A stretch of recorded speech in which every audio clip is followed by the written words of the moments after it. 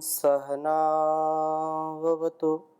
सहनो भुनक्तु सह वीर्यं करवावहै तेजस्विनावधीतमस्तु मा विद्विषावहै।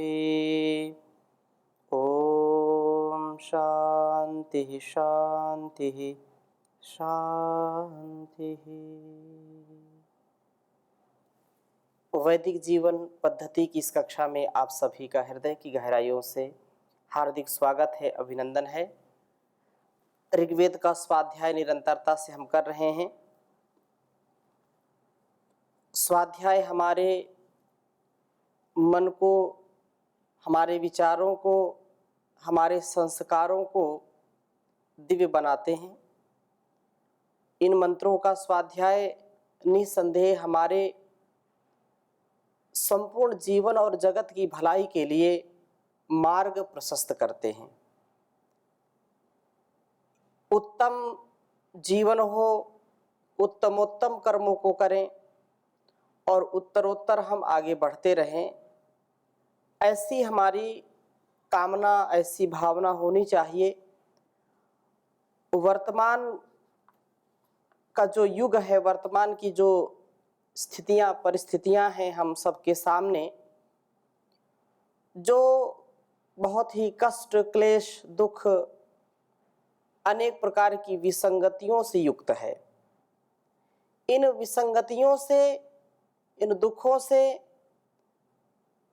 संस्कारित जीवन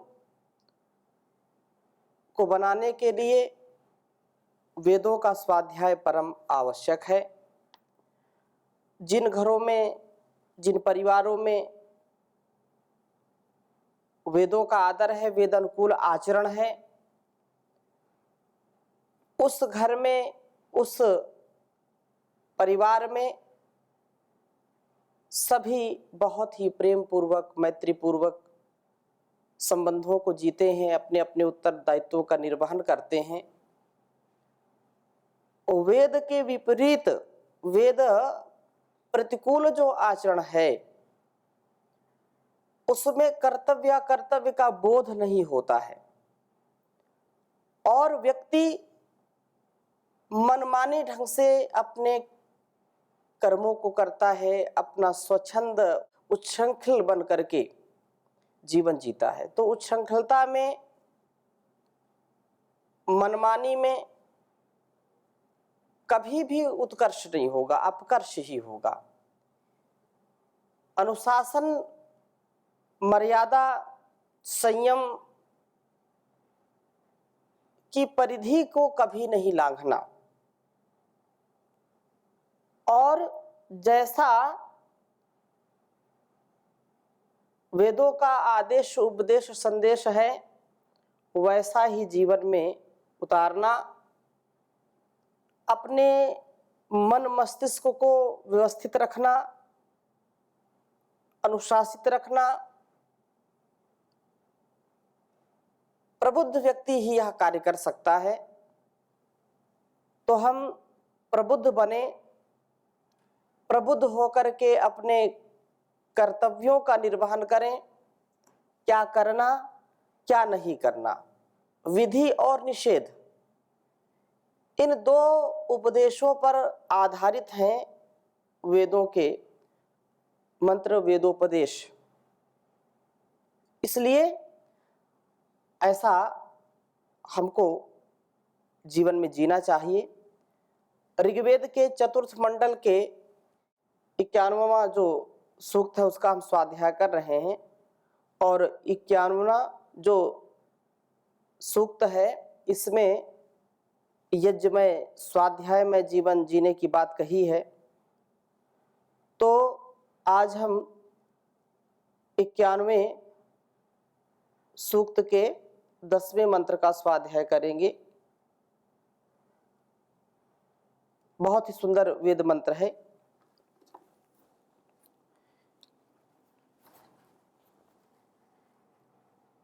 इक्यावनवां यह सूक्त, जिसका 10वां मंत्र है। ओम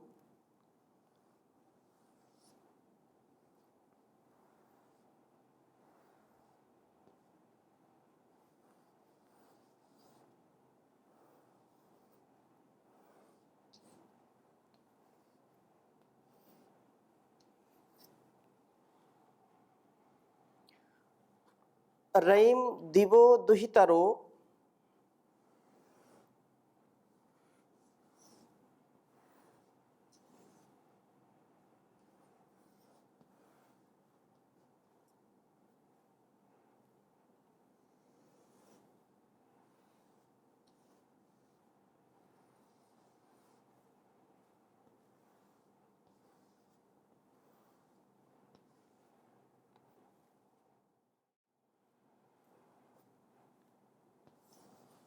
रयिं दिवो दुहितरो।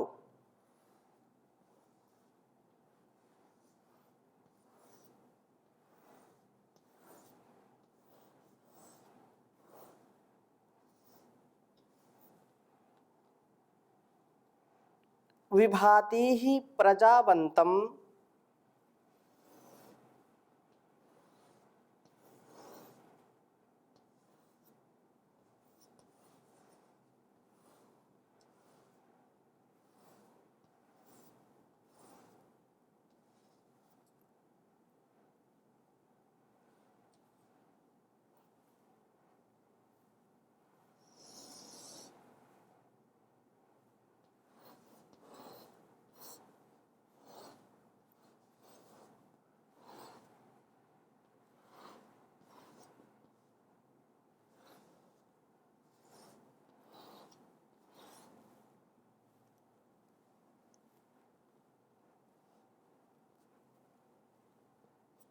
विभाति हि प्रजावन्तं इयच्छतास्मासु देवीः।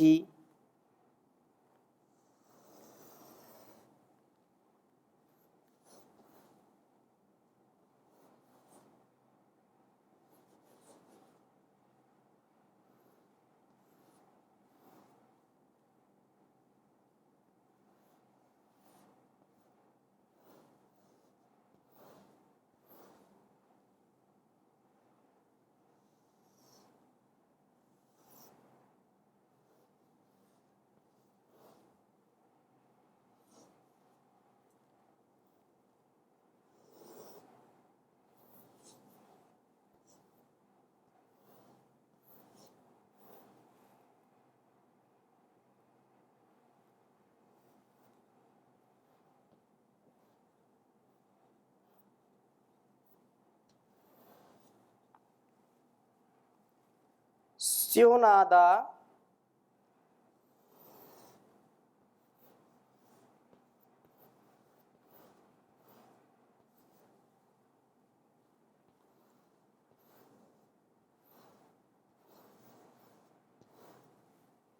वह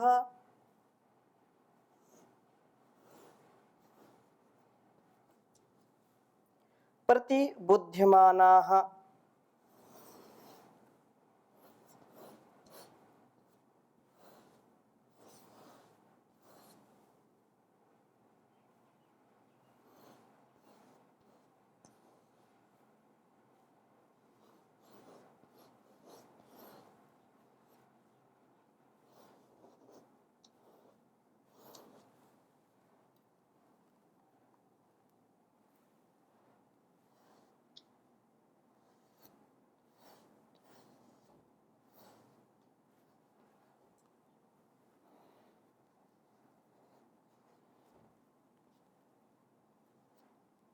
प्रतिबुध्यमानाः सुवीर्यस्य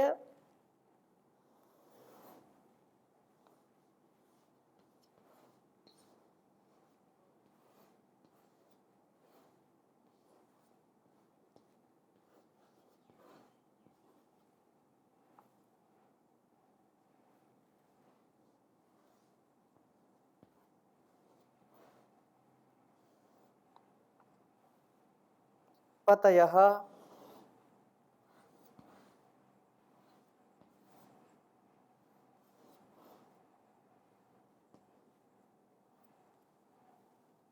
श्याम।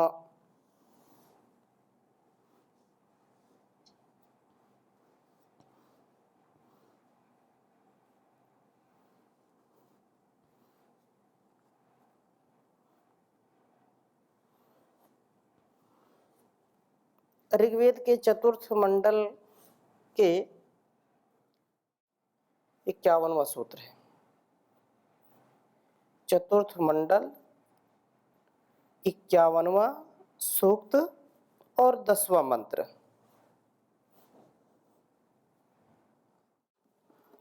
ओम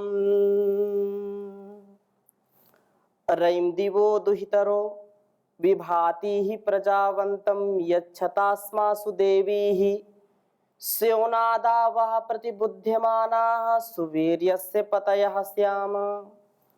ओम रईं दिवो दुहितरो विभाति ही प्रजावंतम यच्छतास्मासु देवीः स्योनादावः प्रतिबुध्यमानाः सुवीर्यस्य पतयः स्याम।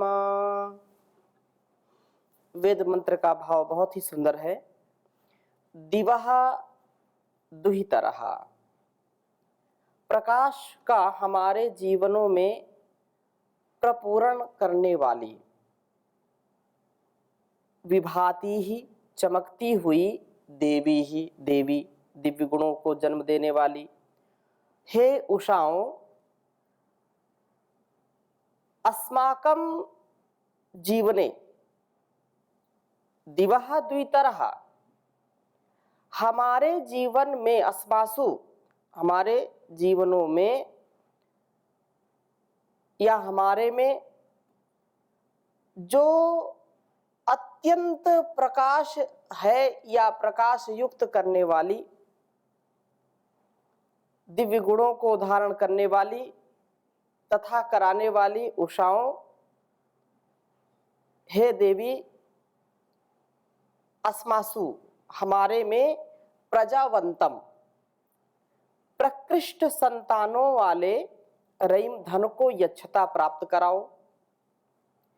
हे उषाओं, हम उत्तम संतान वाले हों, उत्तम शिष्य, उत्तम संतानें जिनकी होती हैं, वे माता पिता, वे आचार्य, वे गुरु अत्यंत सुखमय जीवन व्यतीत करने वाले होते हैं। यदि संतानें उत्तम नहीं हैं, बेटा बेटी के रूप में, पुत्र पुत्री या शिष्य के रूप में मूर्ख संतानें हैं,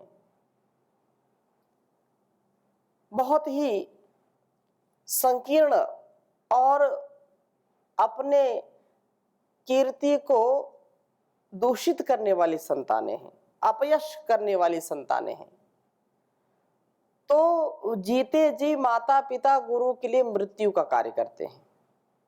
इसलिए सुसंतानें हमको दीजिए।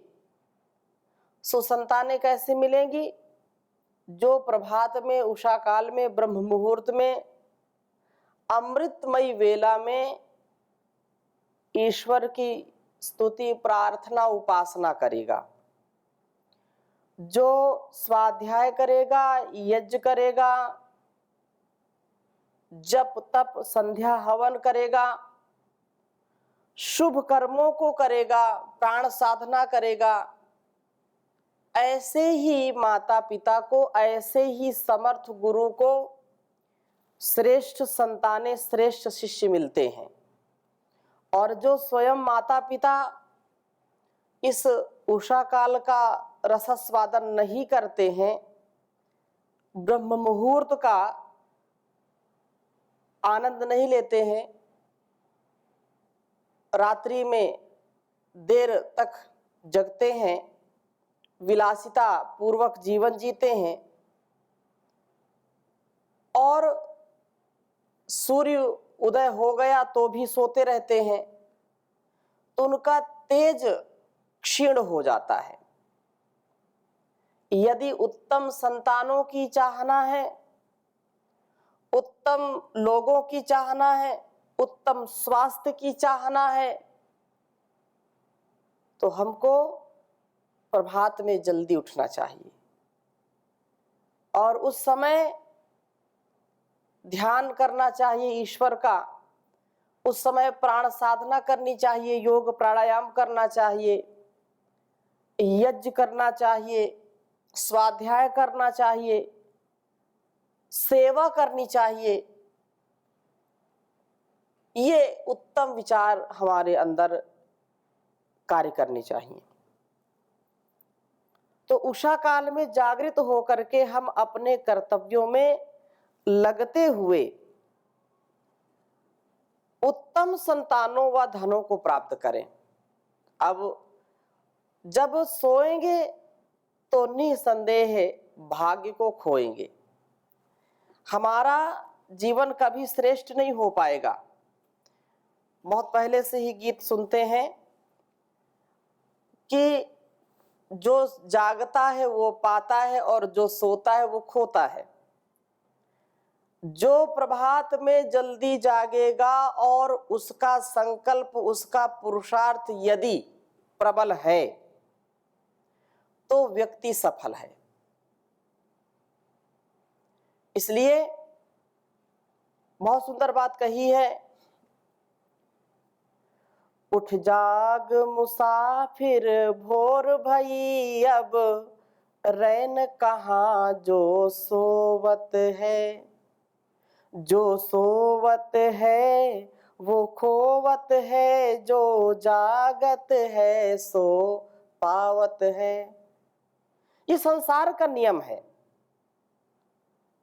उठ जाग मुसाफिर भोर भई, अब रैन कहाँ जो सोवत है। जो जागत है सो पावत है, जो सोवत है सो खोवत है। टुक नींद से अखियां खोल जरा और अपने प्रभु से ध्यान लगा। यह प्रीतिकरण की रीति नहीं, प्रभु जागत है तू सोवत है। जो कल करना सो आज कर ले, जो आज करना सो अब कर ले। जब चिड़ियों ने चुग खेत लिया, जब चिड़ियों ने चुग खेत लिया, फिर पछताए क्या होवत है। उठ जाग मुसाफिर भोर भई, अब रैन कहाँ जो सोवत है। नादान भुगत करनी अपनी, ऐ पापी पाप में चैन कहाँ। जो हम करते हैं वो भरना पड़ता है।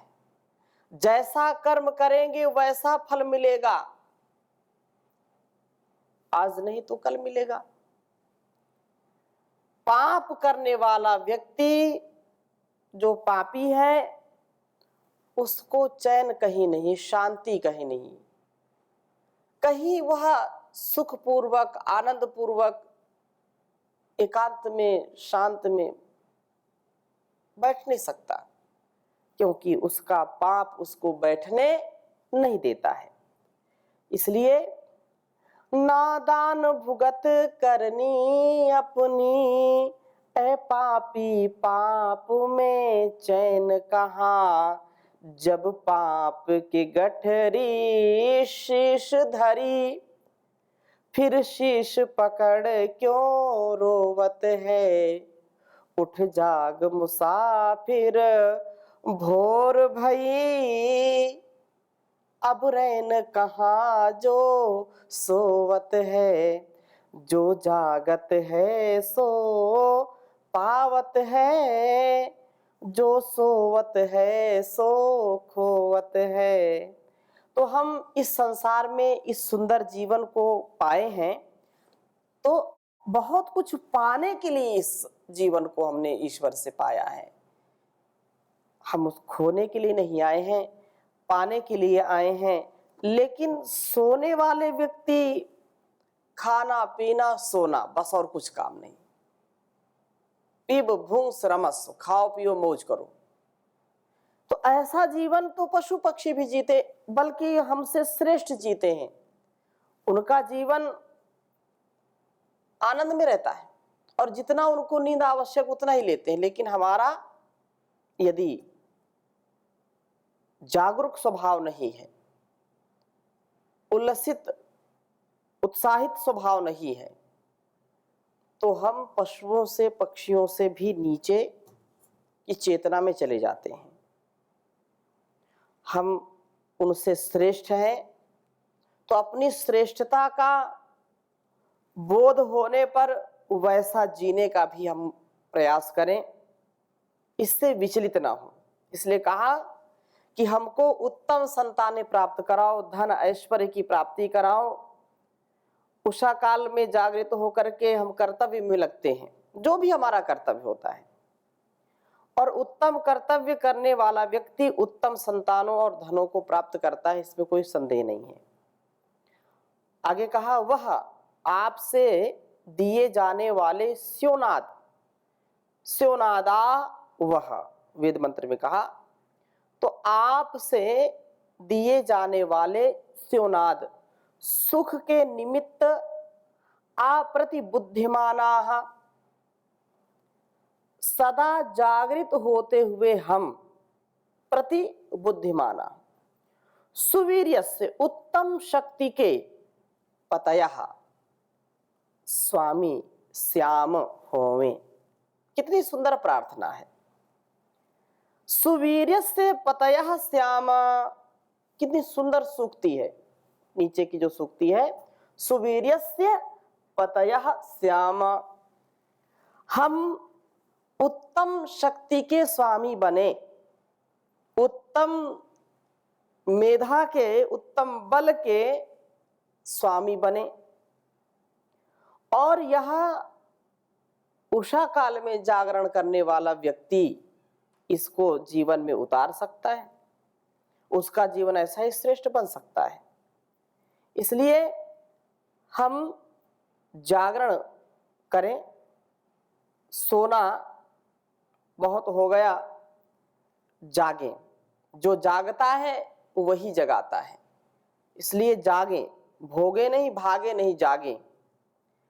हम उषा काल में प्रबुद्ध होकर के अपने कर्तव्यों में तत्पर हो, इससे हमें उत्तम संतान, धन व सुवीर्य की प्राप्ति होगी, कोई संदेह नहीं इसमें।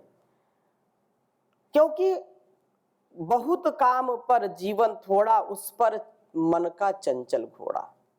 100 वर्ष तक का जीने का उपदेश मिलता है हमको, लेकिन अब क्योंकि दिनचर्या व्यवस्थित नहीं है, अस्त व्यस्त है, तो आहार विचार व्यवहार सब दूषित हो जाने के कारण व्यक्ति का आयुष्य क्षीण होता चला जा रहा है। फिर भी यदि हम वेदों की बातों को आधार बना करके बात करें, तो चिंतन करें कि 100 वर्ष तक जीने का समय है और 50 वर्ष सोने में चले जाते हैं। फिर 50 वर्ष का आधा करें 25 वर्ष, तो 25 वर्ष में 12.5 वर्ष तो बचपना का हो गया, 12.5 वर्ष वृद्धावस्था का हो गया, बचे 25 वर्ष। और 25 वर्ष में कितनी मुसीबतें, कितनी समस्याएं, कितने कर्तव्य आते हैं, तो जीवन कहाँ सौख्यम प्राणिनाम कुतः अस्ति। तो हम अपने एक एक पल का ध्यान रखें, क्योंकि यह पल कल आने वाला नहीं है। उत्तम स्वभाव बने और उषा काल में जागरण करें, शक्ति का संचार हमारे अंदर हो, कर्तव्य का बोध हमको हो और उत्तम संतानों की प्राप्ति हो। ओम शांति शांति शांति।